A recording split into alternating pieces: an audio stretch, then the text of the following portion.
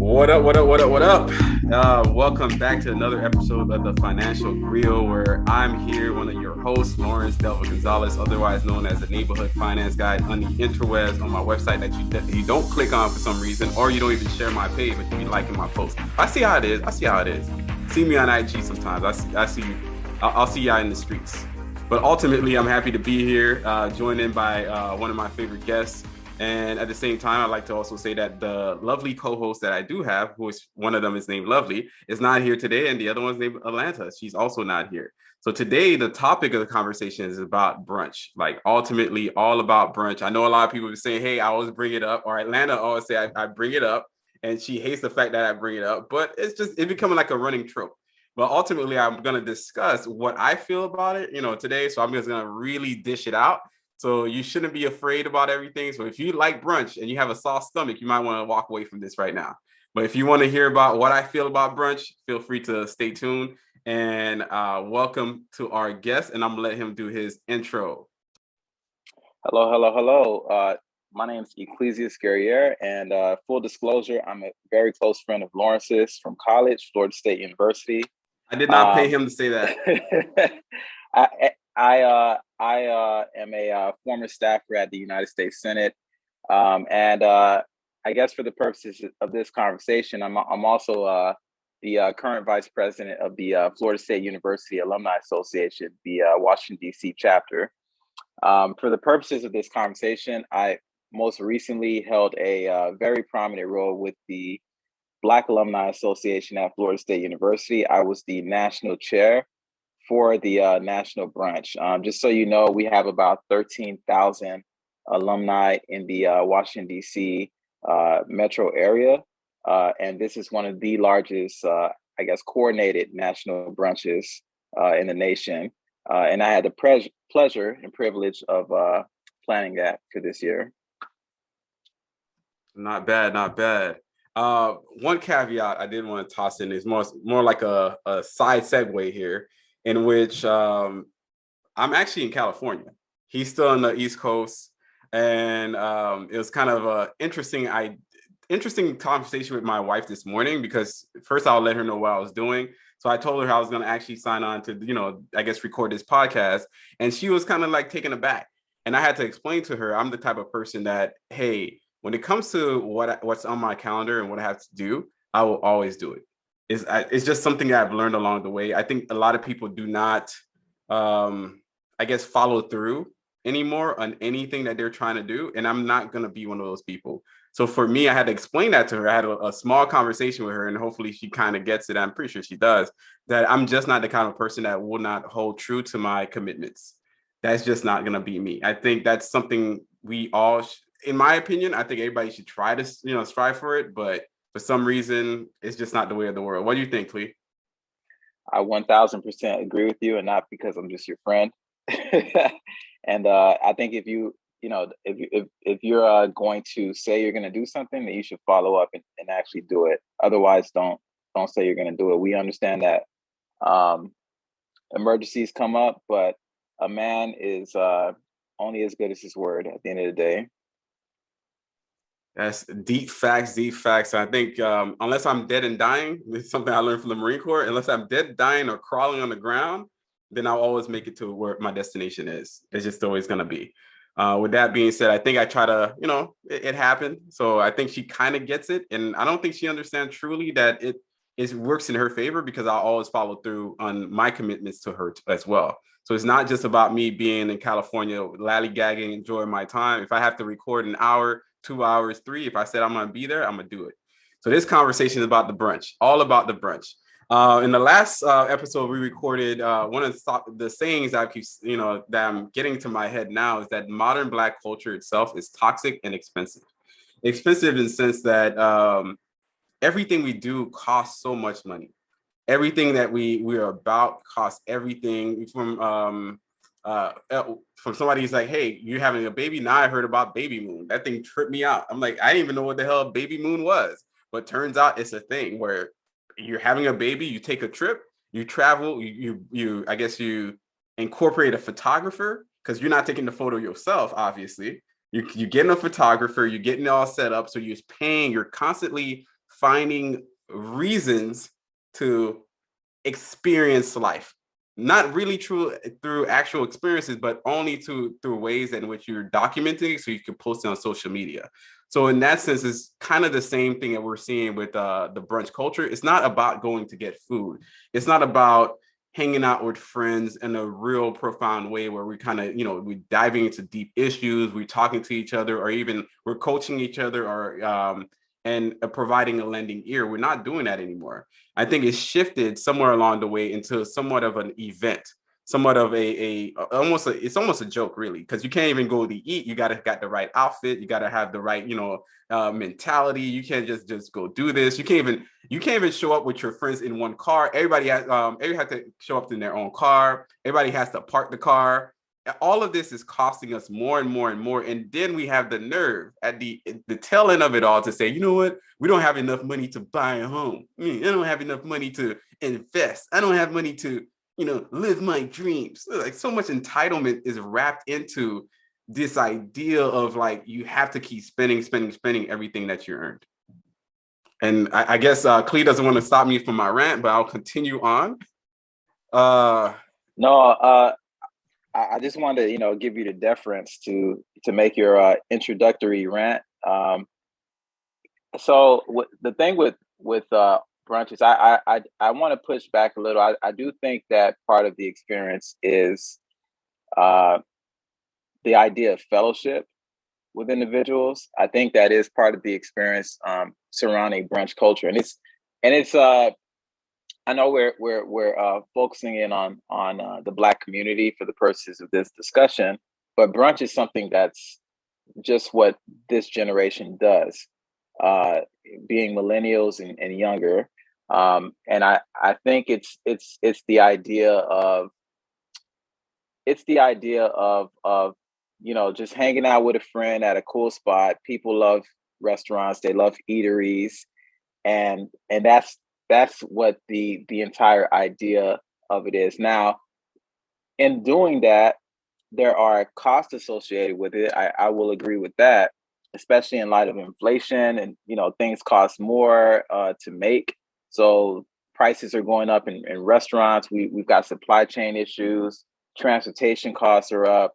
So yeah, it's costing more to do it. But as far as why people engage in brunch, it's just the idea of fellowship, kind of like going to, I guess, like a ball game with your friend, and you're paying an exorbitant amount for beers, or hot dogs.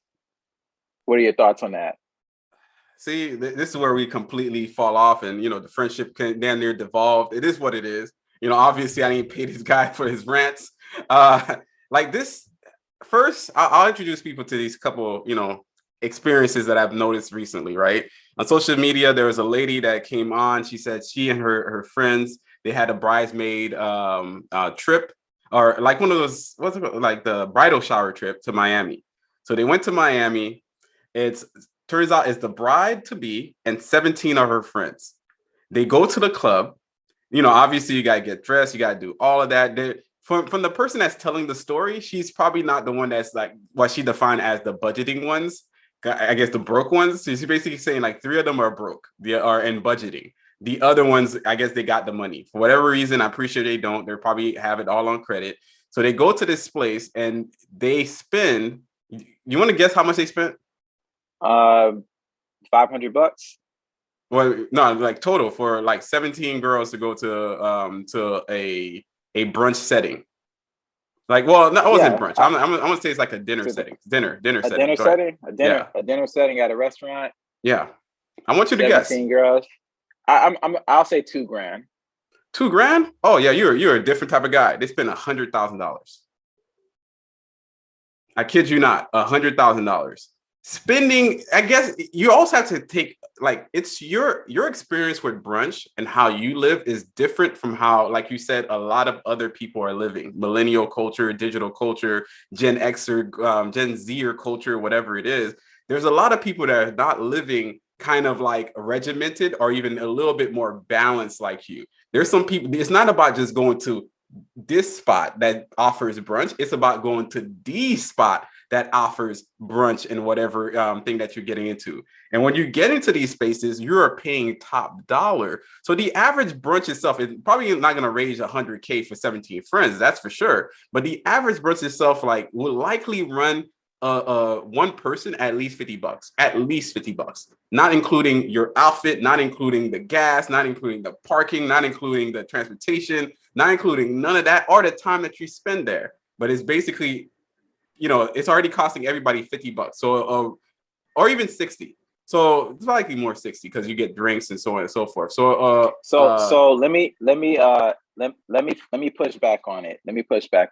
You don't have to push back. You can have your own opinion. You know that, right? You don't have to push back. Have your own opinion. Okay. Well, this is just a question. So if you're a hardworking young Black professional, you're making a good amount of money, and you've got this discretionary income, spending money, and you're looking, you've had a hard week at work, and don't you kind of owe it to yourself to be able to just relax and enjoy your Saturday or your Sunday brunch and just kind of like offload? Because there's an aspect of brunch that's therapeutical, being able to sit down and speak to your friends and just get that positive energy that you need to go into the new week. Maybe it's an extroverted thing. Maybe that's what it is. Maybe it's something I'm not 100% keen on. As an introvert, I'm not really interested in that. I think there's a lot of people that conflate being happy with spending, especially in this day and age. Everything that is of happiness is spending now. When we were growing up, when we were really growing up as kids, even $20 was fine for an entire weekend. Not to say, obviously inflation, so on and so forth, but we knew how to have fun without necessarily conflating that with spending. Now, the idea of being happy is almost like if you're unhappy for some reason, you're damn near abnormal if you're not at the brunch. If you're deciding that your recharge is just sitting at home, chilling, stretching, yoga, walking, hiking, so on and so forth, and that's some form, you're definitely abnormal because you're not at this it spot. And you're right. There's a lot of people making over $130,000. This is a post that I saw recently on CNN, Millennial Money. He's making 130 at 26. He's making good money, and he's spending $3,000 a month on food and drinks and stuff like that. $3,000 a month. You know how much he's actually investing and saving? How much? I want you to guess. $400. $400 a month? Yeah. Oh, wow. So the thing is not that you don't earn it. It's not that it's not your money. I can't tell you how to spend your money. I don't care. It's your money. However, is the complaint afterwards when later on, when you finally get to the point and you say, hey, I need to buy a home. I need to buy a new car. I need to retire. It's the complaints that happen later on where people are retiring with less than $100,000. Why? Because they inflated their lifestyle over and over and over again, spending all they earn and then only to complain. Because if you did it and if you're truly happy, then you shouldn't be complaining to me at all as a regular taxpayer. So you need to decide for yourself what's important and not complain about the outcome because you're deciding on your money. That extra $2,000 for 10 to for an amount of like 10 years, that extra $2,000 that he could be kind of like using his money differently would be of the value of almost $300,000. That extra $2,000 that he's spending frivolously on whatever he's spending it on, just enjoying experiences, in 10 years would be worth $300,000 if he invested it correctly. So I could tell you something. I don't know. It is what it is. Is this? And then is there something that you said earlier? I thought it was funny because I actually looked it up on Google Trends. Brunch itself was not part of our natural vocabulary until quite damn near recently. It turns out it started to trend as a topic back in 2017. You know how I could know that? Because you could go on Google Trends, you could search it yourself. You can't even trust. You don't have to trust me on the fact. Look it up yourself. You'll see when it actually peaked. It peaked in 2017. 5 years ago, just 5 years ago. It was never part of our vocabulary. Like when we think about older generations, that how did they save? How did they invest? How did they get a home when they were younger? Because they weren't spending all their damn money. That's what it is. It comes down to them not spending all their money on the most frivolous experiences that you could literally have brunch at home. and you can still invite all your friends. So is your problem with brunch itself, or is your problem with the cost of brunch? The So are you are problem, you are okay, you like are you like someone who, this guy that just has an issue with people like getting together and having a good time, and here you no, are in your house just begrudgingly, sulking.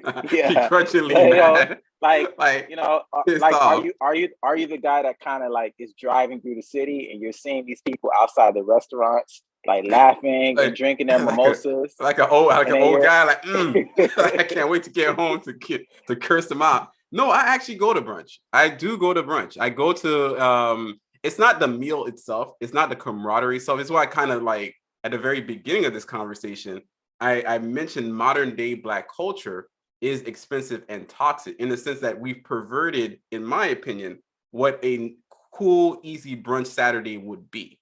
Me and my wife, every once in a while, like we're driving through Alexandria, we go to a favorite spot called Junction Bakery, which I invited you to check out with us, like coming up soon. Like it's just food. It's just food and a good time. It's not all this extra stuff. I think once we start like once this when it peaked, the reason that brunch peaked was in my opinion, and that based on some of the small things that I've learned, was because of actual fraternities and sororities. That's when it changed. And it's not like you just showing up in some PJs or whatever it is and just enjoying a meal with friends. It is it's a very loud, ruckus space. Like you're not really listening to your friends. This is why there's a lot of people suffering from mental health issues. People are not really talking to each other as as we would pretend to that we're doing. We're not doing that. We're literally going to this place that we're getting to a loud space because it's something that we feel like we have to do, and then we're spending money that we don't have to be there, and then complaining later about not having investments, having too many damn credit cards, interest fees, and so on and so forth. It is creating a problem that is ongoing for us because it's just overdone.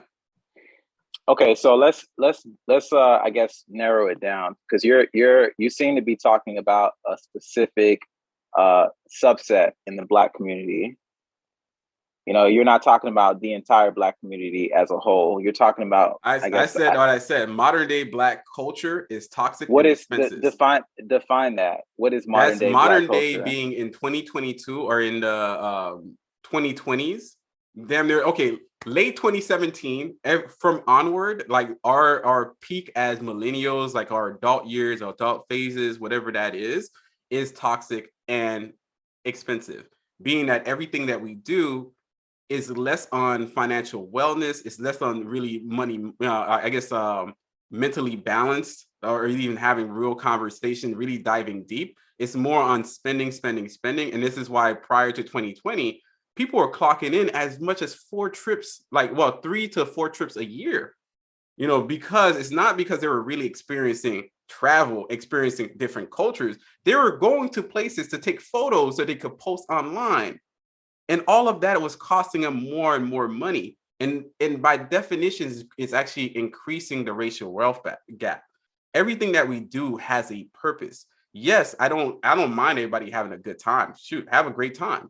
I don't mind everybody going to brunch. Have a great brunch, but at least understand that you have to find a balance in what you're doing, and you shouldn't be doing things just for I guess social likes in that moment. I think that's truly what I'm trying to I guess that's what I'm sharing from my perspective on brunch and modern day Black culture.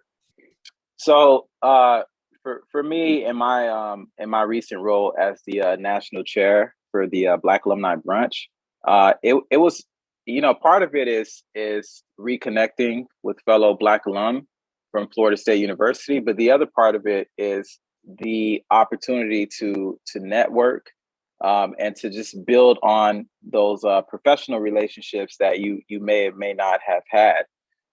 So we were able to, across multiple cities across the country, you're talking about over 1,000 people in excess, in total, um, all having brunches simultaneously in their respective cities. And we're able to, yes, fellowship, but there was also like a purpose behind it as well. for this particular national brunch. So yes, there's the element of of fellowship and I guess having a good time. But for some people, it's about more than that too. There's somewhat of a intrinsic value, and that thing that you can't really put a monetary amount onto. That just uplifts people, uplifts in this case like our community or young working Black professionals, or in your case, modern Black professionals. And these are the things that we really need to get us through the week for the work life, balance, essentially. And I think that's the parcel, like what the main issues with that is. Like getting through the week is inherently like you're not supposed to be getting through your week. You're not supposed to be surviving your life, surviving your week. It's something you need to work on as a person, in my opinion. But hey, you do your life. If that's how you want to live every week, getting like a jolt of drugs to kind of keep you going to the next week and the next week after that, go ahead. But in this scenario, the Black alumni that you're talking about at Florida State University, they did a report not too long ago that the young Black men were actually not graduating on time. The graduation, I guess the time in which you kind of matriculate through school, well, I think as high as 6 years for young Black men at Florida State, if they actually graduated at all. There's a lot of actual real issues that the Black Alumni Association could actually try to tackle: mentorship, scholarship, giving grants, so on and so forth. They ain't doing none of that. I'm actually keeping it very PC. None of that is actually getting done. We're having a good time at brunch, but at the end of the day, like the students are still trash for it. Like it's like the Black alumni are not gaining any level of wealth. Yes, it's a good time, and that's part of the problem. We can't just be stuck as a Black community in the idea of a good time. The wealth gap is increasing. It's not even like a joke. It's almost like, hey, majority of those Black alumni at that event are probably carrying as high as what, $50,000 worth of student loan debt on average. They probably have negative net worth on average. And they probably have no idea that a lot of people are gaining on their investments this year alone. Even though it's down, it's still going back up. And the year before, people are actually building wealth, buying homes. They're getting rentals. They're doing things, but we're stuck on the, hey, man, let's see you at the brunch so I could feel good. So if that's the case, hey, it makes sense why they did the report. And then the road to equality was like a report that dropped in 2017, and it listed that Black wealth is headed to zero. The median Black wealth of every household is headed to zero. Some people are going to be fine for sure, but majority of people are going to be at the 0 point. That means they have no wealth or even negative wealth. Why? Because we as a Black community are centered on the good time. But why can't we have a good time? Nobody said you can't have a good time. We're centered meaning that you're fixated on. You are almost like your eyes are glared over, while the rest of the world, people are actually doing decent work. You work, you invest, you create, you become the mean of production. You're not just sitting here, enjoying dancing, like doing all this, like you actually solving problems in your own community. So I get it. Have a good time. But then when you complain that your community sucks, it's likely because you're having the good time. Now, you said something interesting. You said solving problems. Now, some of the best problems are solved over a good meal, while eating and fellowshipping and just kind of bouncing ideas off individuals. No different. And how many than ideas were bounced around? How many ideas were solved in this recent brunch? Well, I don't know. I wasn't at each and every table. I wasn't at each and every venue, each and every city. How many new ideas were created at the last 2 or 3 years of brunching? We don't know this, but just from the mere fact that you're socializing with individuals and you're having these conversations, because people talk about all types of things. They talk about politics. They talk about foreign affairs. They may be talking about personal issues that they need to work through, and that they need to bounce off of other people. And at these events, sometimes you're realizing that, hey, I'm not alone in this thing that I'm going through. Someone else is also going through this. Someone else who I've known for some time, and you're able to talk through it and work through it, and thereby, assist one another, and that helps you overall in the long term. For all we know, one of the things that they may be talking about is finances, during the brunch. So, I do want to harp on the therapeutical aspect of it, because a lot of people, they like to harp to, you need to seek a therapist in order to talk through your problems. But there's multiple ways of talking through uh, your problems. Some people like to talk while eating. Some people like to talk, just sitting on someone's couch that they're paying an exorbitant amount of money for. So I'm like, what's the difference in that? Either way, you're talking through the problem, you're getting through the problem, and it's helping you to grow and evolve as a person, overall. Old man driving through the city, looking at brunches. Honestly, like, you get to a certain point in life where you just don't, you don't care really about how people spend their money. You're like, hey, you do you.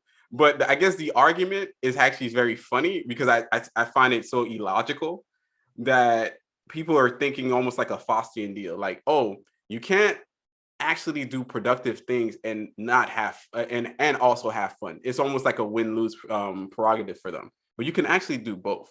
The question is, in the end of the day, have we, in my opinion, prioritized fun in the Black community? Hell yeah. And I think it shows to, where our priorities go, where our money goes, where our attention goes, where how the data is being accumulated about our wealth is really portraying it to be. So it's not that we're not having a good time. I want to say, I wanted to pepper this with a couple of swear words, but I can't on the podcast. But ultimately, have your good time. But I'm going to be laughing in the end because you can actually still be at a brunch and really eat good food and really fellowship and really also do the right things with your time and your effort and without necessarily spending over $500 a table. Whereas you're also complaining that you don't have $500 to invest. So you can't have both ways. You can't have this cake and eat it too and not expect to get fat. I agree with you on prioritizing your money and investing. But the other aspect of it, if you are doing that part, is people just they want to enjoy life, and when it comes to brunch is going to be like bigger and bigger cities and college towns for the most part. That's where you're going to really. And then who are constituting the demographics in these cities? What is the dating atmosphere in these cities? Because another thing with brunch is that, at least from my experiences, brunch is a cool opportunity to kind of talk about like the night before. Maybe you went on a cool date, or maybe you went on a bad date and you just need to meet up with your friends and just kind of like socialize and talk about it. Maybe you went to the club or something. But You it just didn't want to have like to cost engage. $500 though. That I don't think you're getting the thing is like you could have done this stuff chilling at the crib with your friends. It did not have to cost you $500 or $600. You can literally catch up without actually costing you that much. And I brought up all these stats not because they exist. You could literally research it yourself. You could research the downfall or why a lot of restaurants around the country started to shift toward brunching because it was actually making them a lot of money. To pump people full of cheap liquor, watered down, and charging them maybe $60 a head, for them to sit down 2 hours, ain't a bad deal.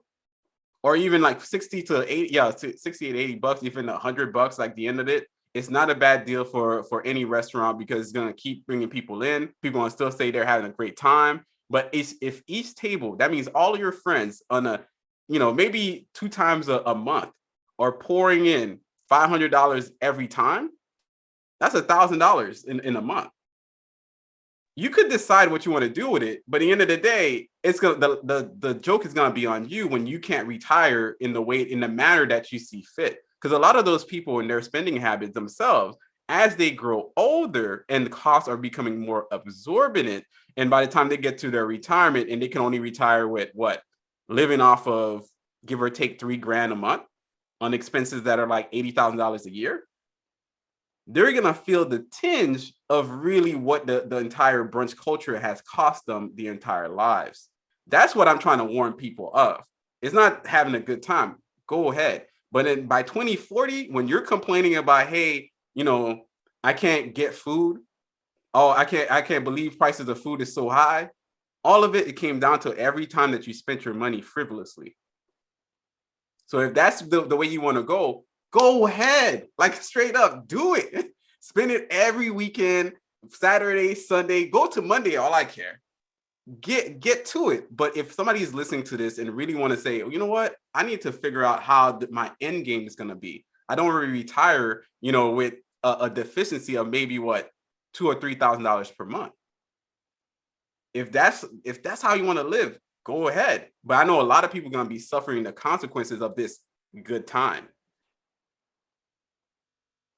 I think if I'm really hearing you correctly, I think your problem is not necessarily with brunch itself. I think your problem is you're saying that it's the pretentious nature surrounding brunch. So I think you're kind of like keeping up with it. Is it like a keeping up with the Joneses? It's more the pretentious nature of spending our money, the pretentious nature of our priorities as a community. That's what I guess that's probably what you're trying to come down to, but that's what it is. It's the idea that we're just spending our money, and then later on, in some bout of pure entitlement, we're gonna be like, oh, I can't believe, why can I not buy a home? Why can I not retire? Why can I not, send my kids to a better college? Why can I not afford food to eat for groceries? Because, hey, my Social Security is only, on average, Social Security is around $24,000 a year. And the average Black retiree is 80% of them are living off of primarily Social Security. $24,000 is not how much the average millennial spends. The average millennial household spends around $60K per year. By 2040, that's going to be $100K. It's almost like I'm not making these numbers up. Like, I'm not. So I guess it's funny to other people to think that I'm just saying this for the hell of it. But I actually do it because, I seen the number. I see how this game ends. It's not as pretty as you think it is. It's not going to be all brunches. It's going to be a lot of people telling you that I wish I saved and invested earlier. I wish I prioritized that. Why can't people enjoy the fruits of their youth? Nobody said that. You keep conflating that as me saying somebody like you can't enjoy the fruits of their youth. What kind of weird stuff is that? Like, go on, be serious with me, man. Get off the mic. Be serious, like with the dialogue. Are you telling people, yeah, fuck it, screw it, live your life? If that's what you're trying to tell people. What I'm saying. Is like, don't take me into it. Like, what would you tell people? Knowing what I just told you now, that it's going to be very expensive. I think you should. It's going to be very expensive. You should invest. Yes. Yeah, if it's going to be very expensive for them, it's going to cost them everything. Why would you even kind of like stand in opposition or something? Like, I'm not telling you anything wrong. One, I told you could spend your money however you want. Second is I told you that in the end, it's not going to be what you think it's going to be. That's all I said. As to how you spend your money, the brunches, I'm not out there in, I guess, at the FSU brunch with like a picket sign in the front, like, boo, down with the brunches. This is not what this is. This is me letting you know, based on the data, based on the wealth disparity, based on the inequality, based on where this is going, this is not going to end well. It's not going to be fun and games. But like I said, modern day Black culture is so fixated on the fun and games that they're not seeing that the world doesn't operate this way. You're supposed to make sound decisions in the present in order to ensure your future. Sacrifices. Like, at some point, no, it's not even a sacrifice. I think when we say sacrifices, and imagine some kind of like, oh, you're cutting off a limb. No, this is not a sacrifice. This is something, this is how people live in order to ensure the future. That's not a sacrifice. That's you understanding what you have to do today. We're not children. We are not 17. We're not 18, 20. We're not in college. We are grown people. And the decisions we make have more and more impact on us. That $500 at a sit down is likely going to be, with inflation, if I had to run an inflation calculator, that $500 likely, it's more like $2,000. Then that $2,000 would be somebody's rent. Do you see the difference? So I'm not saying this. I don't joke, because I know you wanted to play around with it a bit. I don't play around with this shit at all, because it is that crucial. But if that's the point that Black people want to be on every day in, day out, is about the fun and games, then it makes a lot of sense where we're going as a community. That's it. It makes 100%, like truth to putting why we're becoming the most broke subgroup in America, because our priorities are all messed up. Well, I think we should, because I know you put the $500 number out there, and I think we should really get to the bare bones of the breakdown of that.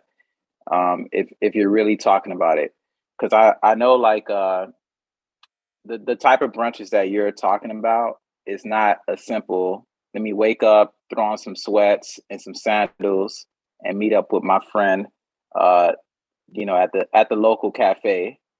I don't think that's exactly what you're talking about. You're talking about someone looking forward to a brunch 2 weeks from now, and they have to get their hair done, spend money on a new outfit, maybe purchase some makeup. So I think that's the true cost breakdown that you're referring to. Am I incorrect with that? You're talking about all the other stuff that comes along with it to turn it from what should be a casual event into something a lot more, into an extravaganza, if you will. Yes. The ideal, and I'm showing this to you right now, because I don't want you to think I'm just making this up, some kind of curmudgeon in the corner, like, hey, I have these numbers, I'm Nostradamus in the game. This is not what this is. I'm actually pull up smartassets.com, and they have an inflation calculator. You could put this stuff yourself. $500 in 2022, let's say that's just a regular sit down with your buddies at, whatever it is, just like that one kid that's spending $3,000. You know what? Let's just put his number. He's spending $2,000 more a month, and I'm just saying overall he's spending $2,000 more a month. That in essence would cost him damn near $6,000 by 2050. $6,000. This is not me making stuff up. This is the what you can buy with your money by 2050. That's 2,000 is $6,000, not including the amount of money that if he actually invested it would cost him. And I'm going to show you that as well, because it's both the amount that is going to cost you to live off of that $2,000, but it's also the amount of money that $2,000 would have actually generated from, let's say, 2022 to 2050. That's 30 years. Let's hit that, because it's just me goofing off. It is basically it's 3.4 million. 3.4 million. That's the cost of his overspending, right?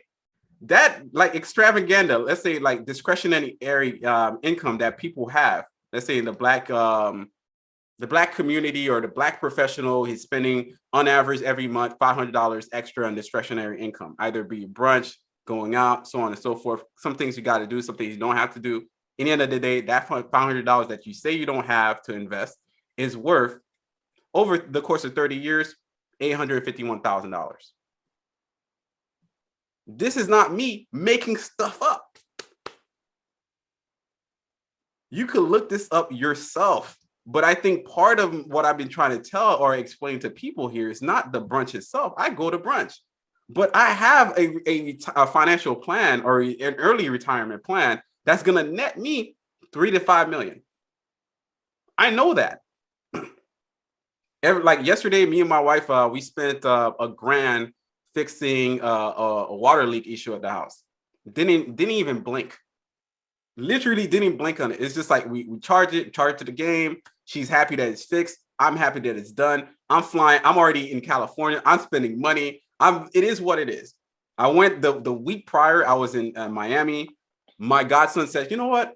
I want some Hot Wheels." Good kid, studies math. I watched them. Like, I went online, looked at the Hot Wheels. The cost of the Hot Wheels is like $100. Like, man, that's a lot of money. I clicked and I moved on. It's not to say that like it didn't cost me anything. It does cost. But I didn't blink because I wasn't spending my money so frivolously month in, month out that I don't have this month. I don't have enough to actually do what I need to do. Do you see the difference? All right, so if I'm someone who likes the brunch experience, this is say I go to brunches a lot. I like the experience of meeting up with my friends, maybe in a social setting outside of the house. How then do I recalibrate those activities in a more, I guess, fiscally responsible way? I think it's on you. Like I told you from the very beginning, you make your money. I don't have any like authority to tell you how to spend your money. I can only warn you that financially, I don't know all the details of somebody's life. I don't know how much credit card bills that they have, because a lot of people have these credit card bills that they're stacking more and more over the course of like the last 2 months. Average credit card debt went up 20%. Why? Because people, it's costing them more, but people are putting more and more on their credit card. That's one. I don't know if you have a lot of credit card debt. If you have a lot of credit card debt as a millennial, the first thing you want to do is tackle that down. That means it's around 15%. Anything that you bought, you're basically thinking about it, you're buying it twice. So if you bought a TV for $100, you basically, by the end of it, at a minimum payment, you pay $200 for it. If you bought something for $2,000, imagine that you paid $5,000 for it. That's the problem with actually carrying too much credit card balance and only paying the minimum. On top of that, if you have a job, right, and you have a 401k, IRA, HSA, or a 401k, 403b, 457b, those combinations, even at the matching level, which people leave on the table, anywhere from $3,000 to $5,000, that is worth, over the course of an actual working career, $150,000. Why did you leave it on the table? That's just the matching itself, $150,000, just matching contribution. So if you skipped on that, that's on you.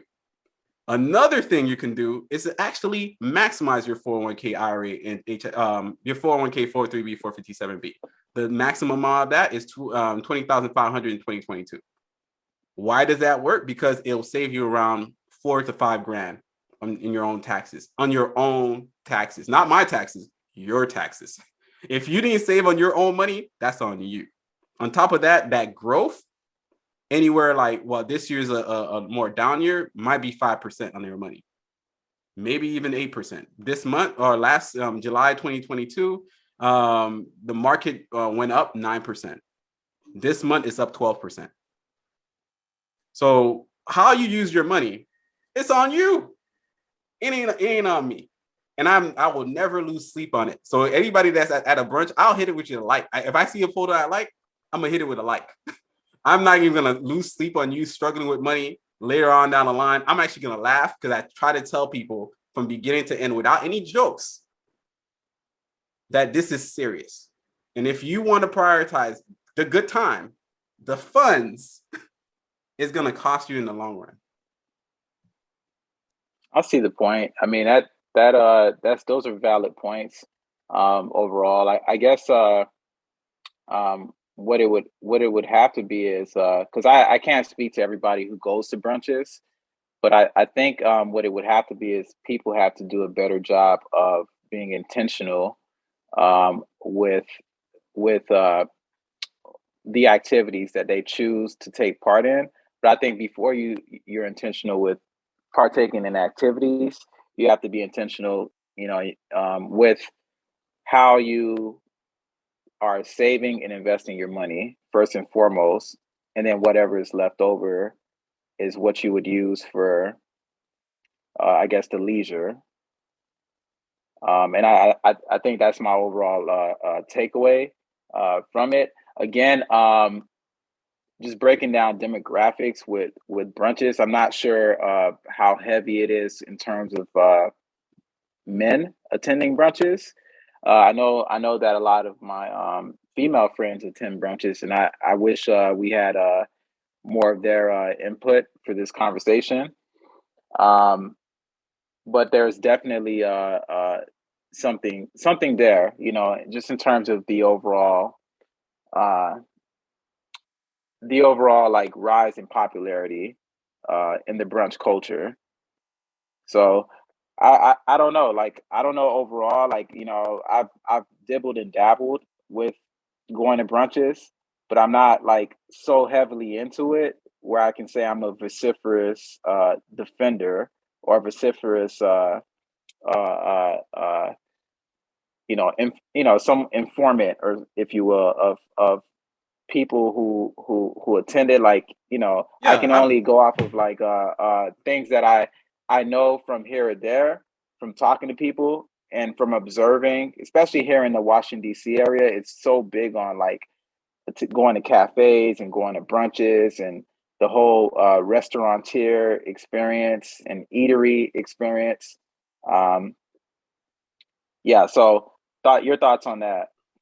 yeah, and I for what it's worth, I didn't expect you to be a defender of it.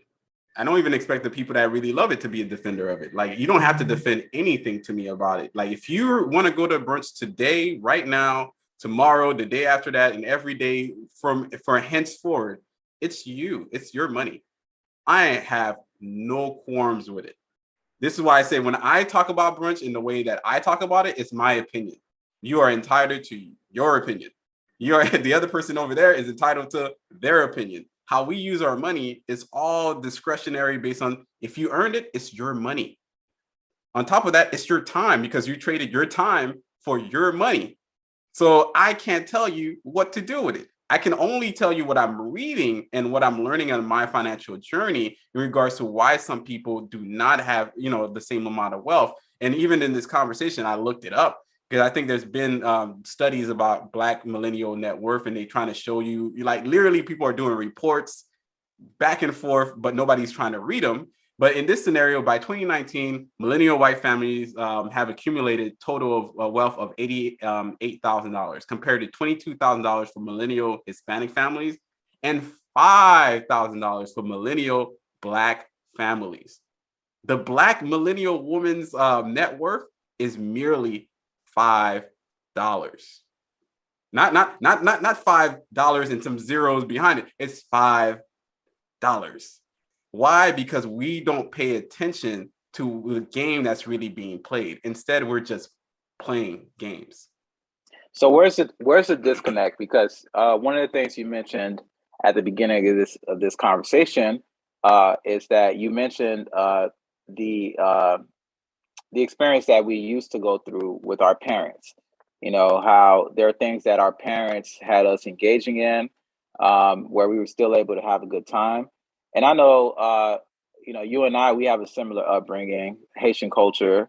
And one of the things that I used to do, I guess this is what my I guess brunch experience used to be as a child, was that around brunch time I was at church. I was at church interacting with my friends who have since grown up.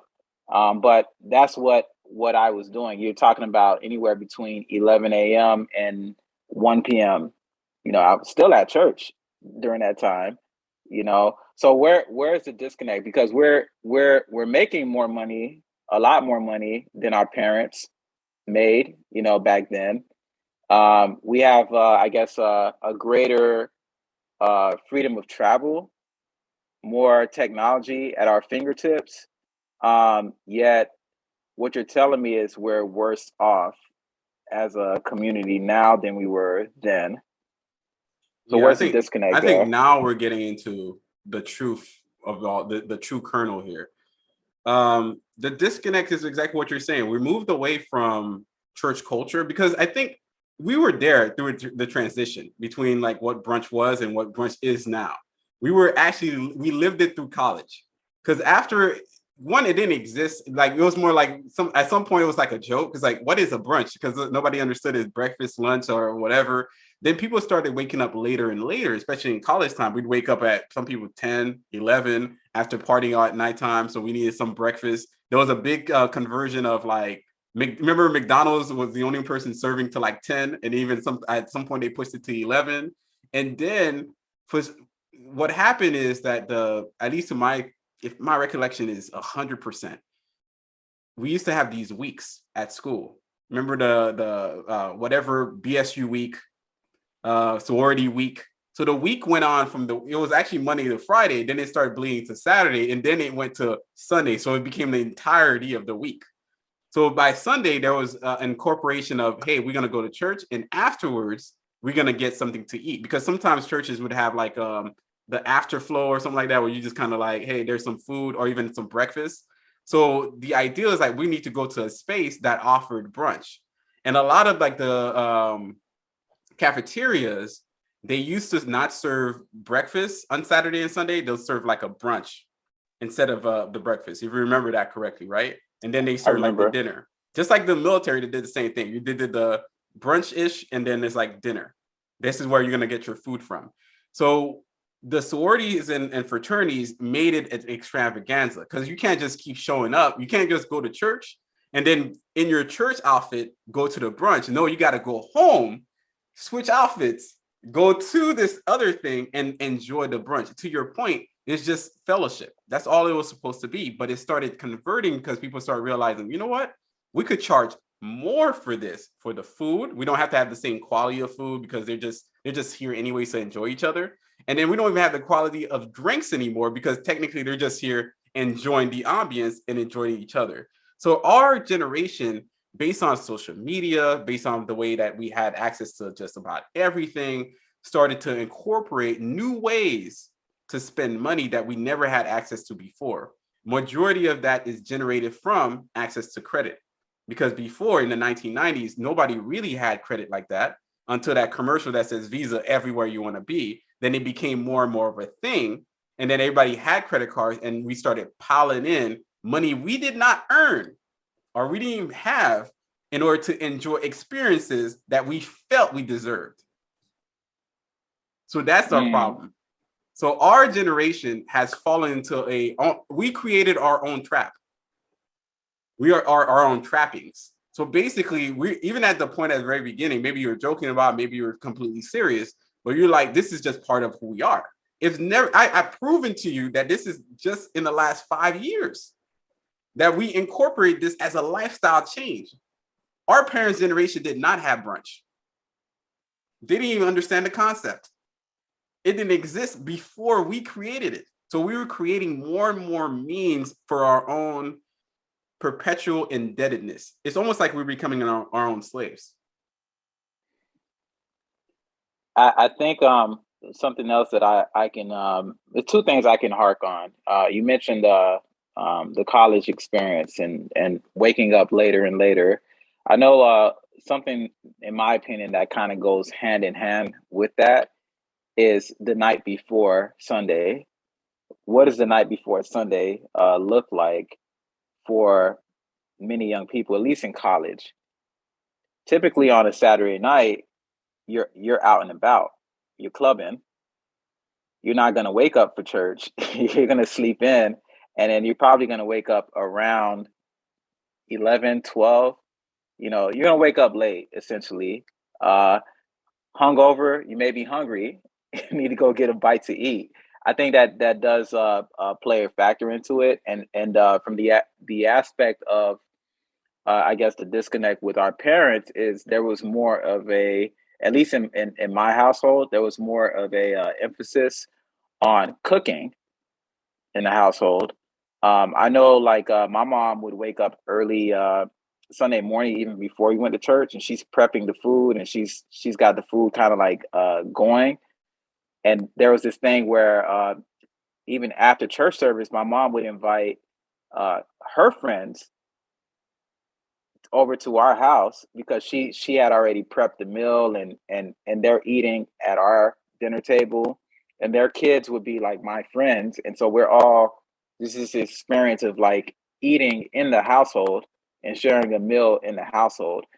And I don't have any stats or anything on it, but I don't, I'd be interested to know, how many of us in our generation have those skills to actually just cook in the household and invite people over and just share in that experience in that way.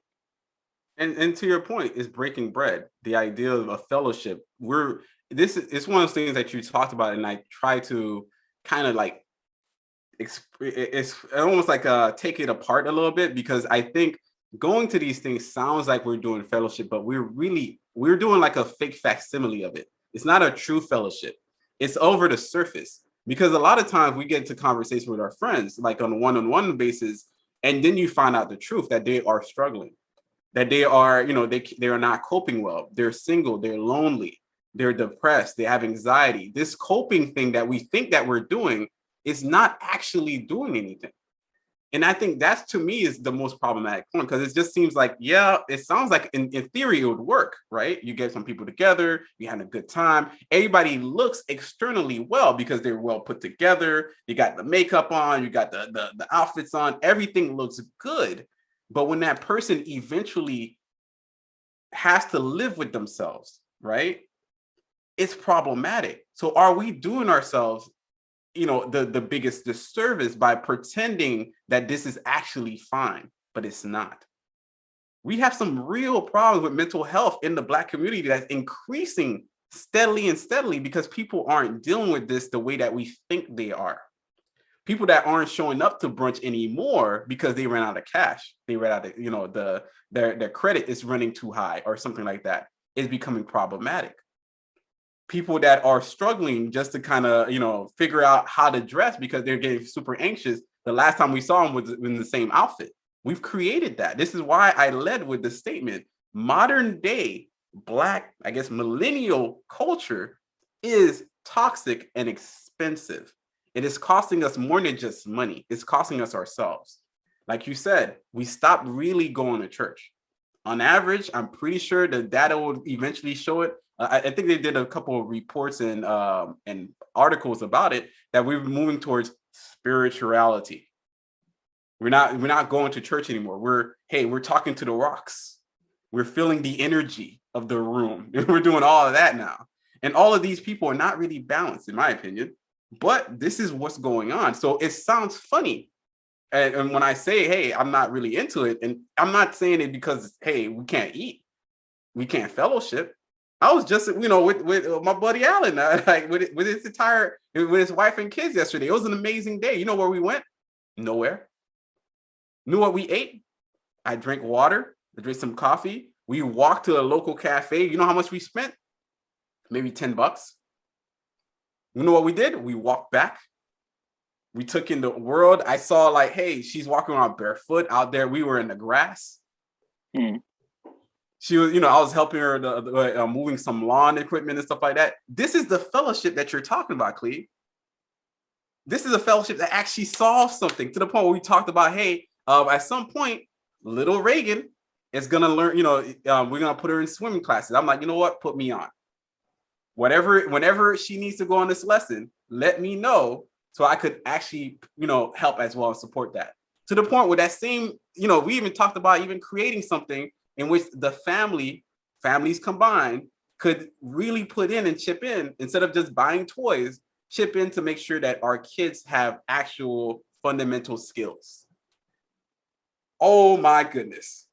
Oh, you just dropped that info on me right now. I got one. I'm just saying. I'm in on that. But even your child, you're about to be a father. At some point, you're gonna be like, hey, hey, my kid needs this. And parents are. It's not like you don't have money.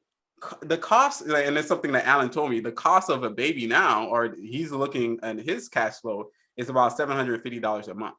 That's a lot of money. To put your kid in a swim class, that's a lot of money too. I put damn near my puppy in a class is $300. So the money it's not about being broke. It's not about not having, but that community that you're talking about, that community, the real shit, the real thing exists not in the spending of things or accumulating things or traveling to do things. is to actually look at each other and say, are you okay? Are you fine? Are you healthy? Are you happy? Are you contented? And are you progressing the way you want to be? So in the end of the day, 30 years from now, you're not relenting on your life with regret. All to say that you had a good time at multiple brunches. If it is the truth, then don't complain to me 30 years from now. Do not. Don't bring it up. Don't march for it. Don't say you didn't have the opportunity, because you had all the money in the world, but you decided to use it in the way that you felt was part of your priorities. Something that is coming to mind for me based on this conversation is invest in the man, not in the moment. And what the translation for that is something that I said to you at your wedding when giving my toast, was that I care more about your marriage than I care about your wedding. You know, more about the relationship, you know, of your wife and you, than I care about the moment, which was the actual wedding and all the people dressing up and the people in attendance, because that goes away at a certain point in time.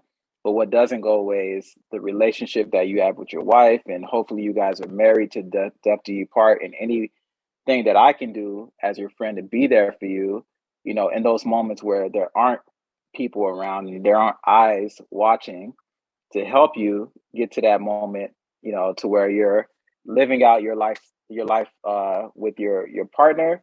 That's more important to me than physically being at the wedding and doing the toast and all the stuff that comes with that. And I think that's like my biggest takeaway is like, you know, what are we doing in those types of moments?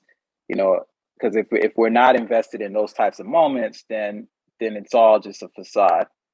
Yeah, I think that was like a great way to, I guess, close this sucker out, because I think that's what it comes down to. Like, when your money is spent on everything else, then it's going to be harder for you to spending on the things that matter. And I think I don't want to ever be in that position. That's why I gave you the example of my godson thing, because if I was spending my money frivolously, then I wouldn't be able to buy him that thing. And it wasn't even a big deal. Why? Because I just didn't do all this other stuff. It's not to say that I don't have a great time. It's not to say that I don't travel. It's not to say that I don't, you know, live with a complete joy in my life every day. It's not to say I won't even be at the next brunch. But I am going to be very honest about, hey, a loud space doesn't make for good communication. That's just facts. You can't really hear somebody if you're yelling over loud music, over everything like that. That's not fellowship. At least let's not lie to ourselves anymore, because that's not what that is. That's just us being in a ruckus space. It's like being at a concert and saying, yeah, I was listening to my friend at the concert. You weren't listening to your friend. You were listening to the environment. You weren't investing, to your point, in the man or the woman. You're investing in the moment. And the moment is fine, but moments are fleeting. People, what you do, how you interact with them, what you know, those interventions that we have with our friends sometimes when they need the help, we couldn't have that at the brunch. Could we, you know, could we have talked to, you know, really have some sound conversation at the brunch? I mean, it's possible, but it's it's almost like there's a you it's can't like there's drop the like facade. yeah, you can't you it's almost like you're being rushed. You can't take your time. It's not like eating in Europe, you know, where you could just kick Yeah, back for and hours. you can be at the restaurant for 8 hours if you need to. It's like you got the waiter constantly, hey, you ready to leave? You know, there's just I'm just speaking for DC. There's the stress of finding parking, Mm-hmm. you know, and just all that comes with getting through the city. And then again, like you got the waiter just constantly checking in, and you can't Mm-hmm. even speak about, I guess, very intimate stuff because there's people all around you. It's too many. So I It's understand. Yeah. you can't reveal too much too, because there's sometimes we were in a conversation with a friend of us recently. Like, Yeah. it took probably a good 30 minutes just to get to actual truth, to Yes. some real like moment in which we can actually help them. Because the first deep layer of somebody, they protect themselves, they put on the mask, They put on the face, they put on whatever the outfit that the society wants to put on us, right? And after that, we get into the car, we drive home, we take it all off, and the truth comes out. Like you are lonely, that you are depressed, that you really needed to talk to somebody, but you had a fake version of that conversation. And then some people even drown it in alcoholism, social alcoholism, because obviously it's not the same as being the drunk on the street. But the fact that you're boozing every weekend, like some friends that we know of, it's not necessarily the healthiest thing you can do with your time or your money.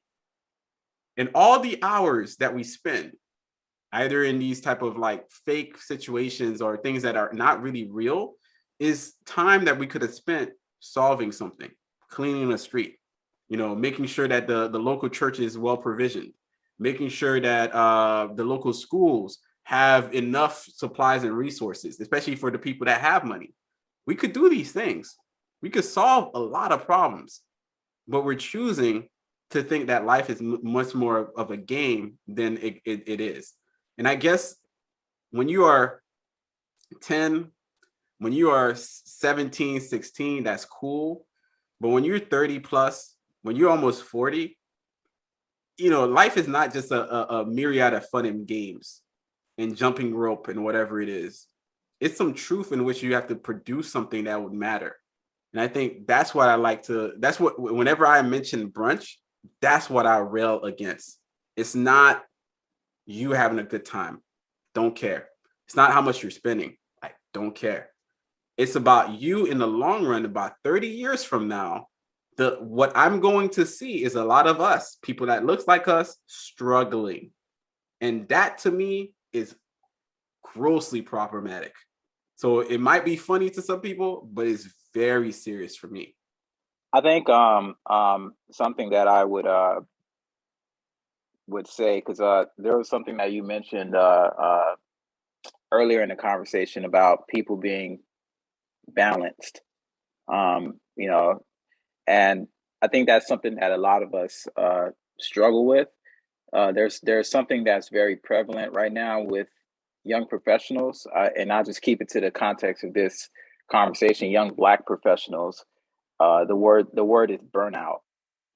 I hear it constantly. I hear it watching Bloomberg Technology or CNN, or whenever they're talking about the working industry, burnout typically comes up. When you hear conversations surrounding therapy or commercials surrounding therapy, BetterHealth.com, for example, they talk about this crisis of burnout.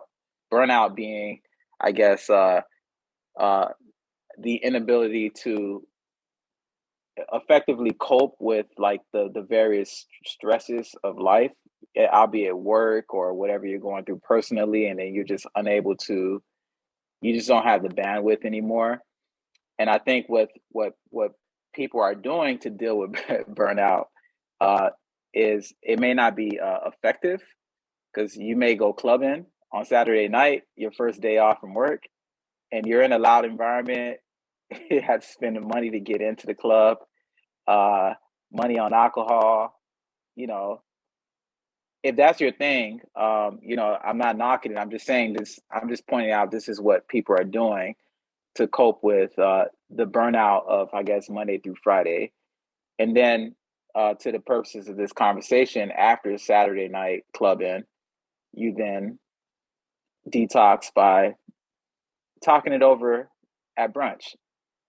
And then on Monday, someone at work is going to ask you, how'd you spend your weekend? So it's this idea of burnout and how you deal with that. And the overall point that I'm making is that at least during that time for me, I grew up in church, and I'm a Christian, and I believe in the importance of that aspect of your life, and not replacing that aspect of what does God have to say to you. The idea of just sitting down and listening, and that being able to help you get through the week, or help you get through whatever it is that you're going through, and helping you deal with burnout overall.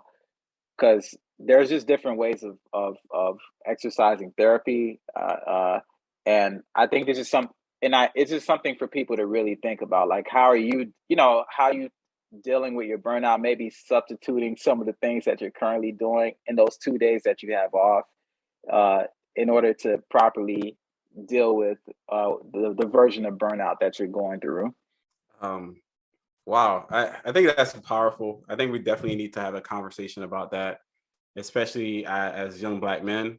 There's a lot of people, especially Black men. Yeah, we're burning out, man. We're burning out through the system, burning out through our purpose, our priorities, and it's gonna be problematic. And pure irony, because I'm in California, I'm actually headed to a brunch after this.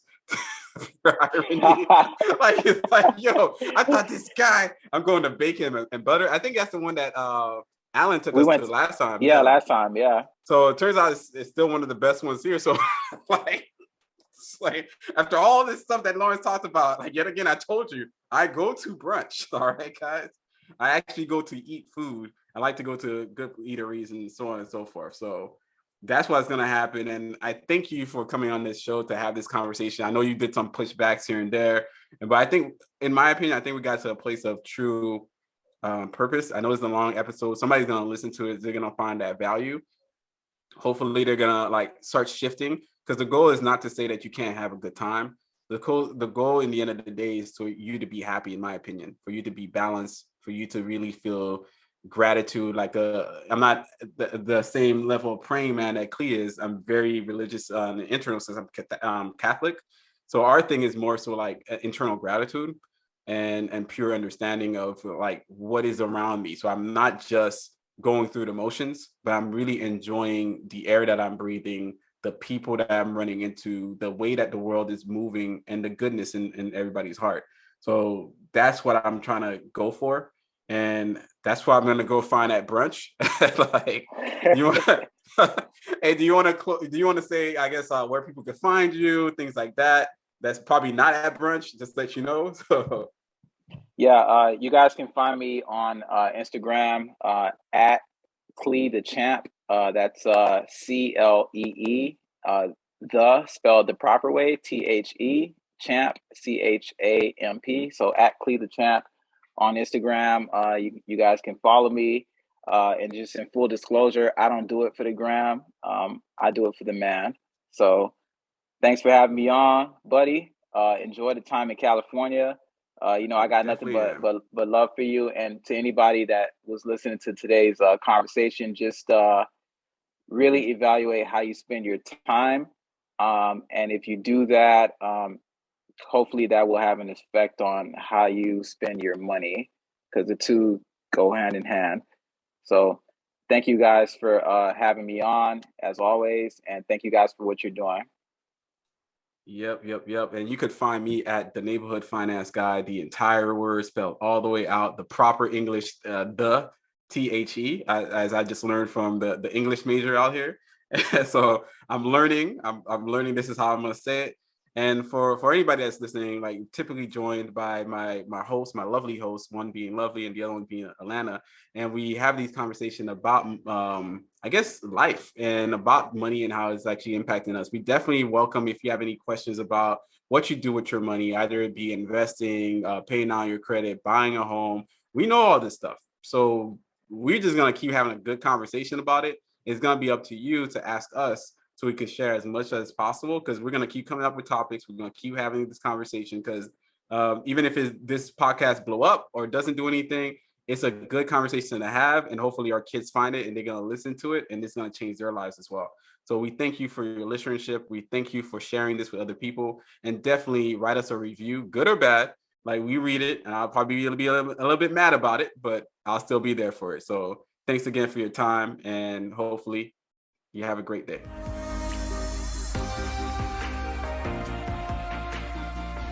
Thank you for listening to the Financial Griotis podcast, powered by the Wealth Builders Collective.